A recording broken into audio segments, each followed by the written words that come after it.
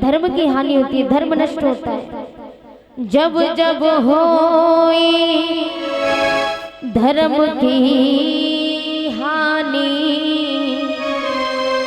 बाड़े अधम असुर अभिमानी, तब तब धरी हरि विविधि शरीरा, आन हरे भक्तन की पीरा। ब्रह्मा जी कहते हैं चिंता न करो, जब जब होए धर्म की हानि, जब जब धर्म नष्ट होता है तब तब भगवान अपने भक्तों की रक्षा करने अवश्य आते हैं। धरती मैया को लौटा दिया, दुखियों की वही पुकार उठी, भगवान विष्णु अपनी सैया पर खड़े हो गए।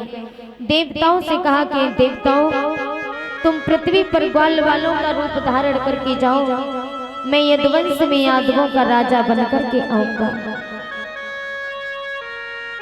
सभी देवतागण चले गए। इधर भोजराज कंस के यहाँ उत्सव था। देवकी पुत्री का नाम था देवकी। कंस अपनी बहन देवकी से अत्यंत प्रेम करता था। कंस ने अपनी बहन देवकी का विवाह बटेश्वर के रहने वाले महाराज सूर्यसेन के पुत्र वसुदेव जी के साथ में विवाह तय किया। वसुदेव जी बारात लेकर के पहुंचे। भोजराज कंस ने अपनी बहन देवकी का विवाह बड़े धूमधाम से वसुदेव जी के साथ में किया, बहुत दान दिया। उसके बाद भोजराज कंस अपनी बहन को जब विदा करने जा रहा था तो आकाश से आकाशवाणी होती है, हे भोजराज कंस, जिसे तू अपनी बहन समझ करके विदा कर रहा है, उसी की 8वीं संतान द्वारा तेरा काल है, काल है, काल है।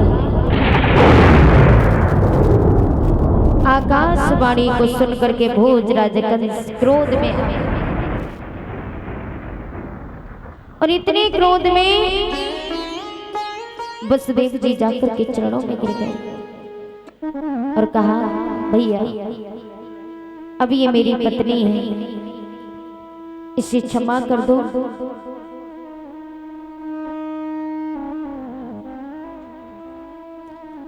मैं वादा करता हूं इसकी जो भी संतान होगी मैं आपके हवाले कर दूंगा। आज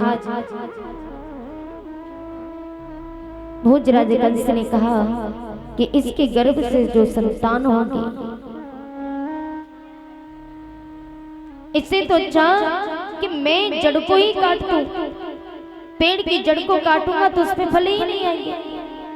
वसुदेव जी कहने लगे, भैया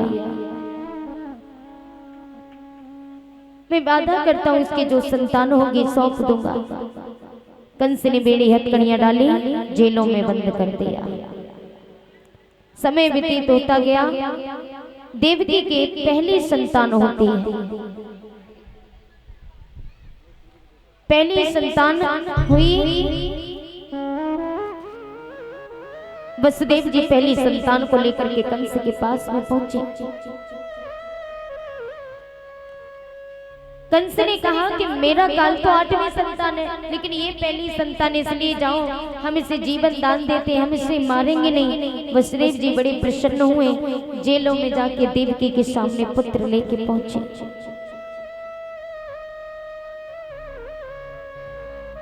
देवऋषि नारद ने कहा, यदि ये पाप नहीं करेगा तो इसका पाप का घड़ा कैसे भरेगा।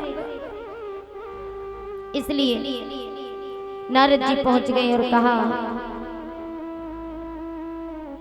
हाथ में कमल का पुष्प लेके बोले, महाराज मैंने सुना है आपने देवकी की पहली संतान को जीवन दान दे दिया।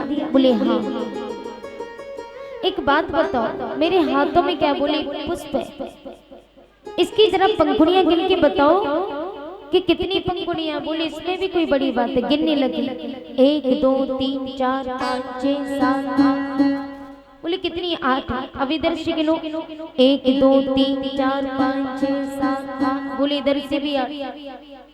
मेरी तो समझ में ही नहीं आ रहा कि कौन सी पहली पंखुड़िया है, कौन सी दूसरी, कौन सी सातवीं, कौन सी आठवीं, कौन सी छठवीं, कौन सी पांचवी, कौन सी तीसरी, कौन सी चौथी, कुछ समझ में नहीं आ रहा। नारद जी ने कहा महाराज यही तो मैं आपको समझाना चाहता हूँ, झांकी मंगा लो। बनी नहीं भैया, देखो झांकी बन गई, बुला के लेके आ।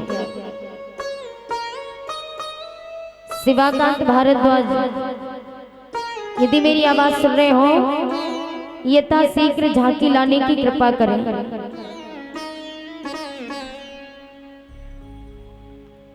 भोजराज कंस समझ गया, दौड़ा दौड़ा जेलों में गया, देवकी के हाथों से पहली संतान को छीना, पैर पकड़ के सर को पत्थर में मार दिया, प्राण निकल गए।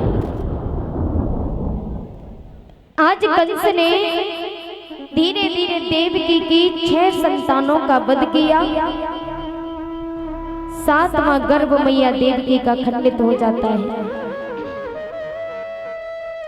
खंडित हुआ तो वही 7वां गर्भ मैया देवकी का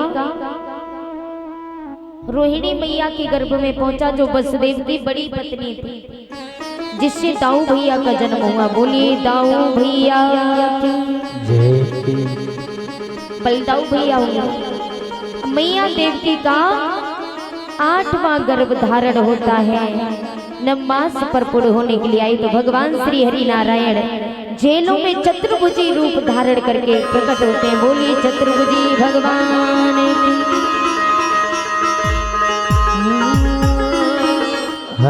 आ जाइए जल्दी से। चतुर्भुजी भगवान जब प्रकट हुए तो उसके बाद करहो तात अब बेग उपाय, हमें कंस से ले बचाए, गोकुल हमें देव पहुँचाई, जहाँ यशोदा ने कन्या जाई, कन्या तुम कंस है दीजो, ताते हमारो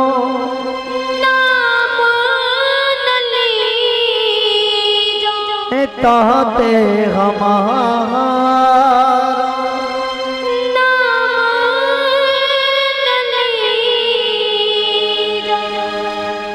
बोलिए बाल कृष्ण भगवान की जय। अच्छा एक बात बताओ, वसुदेव जी नहीं बन पाए, आ रहे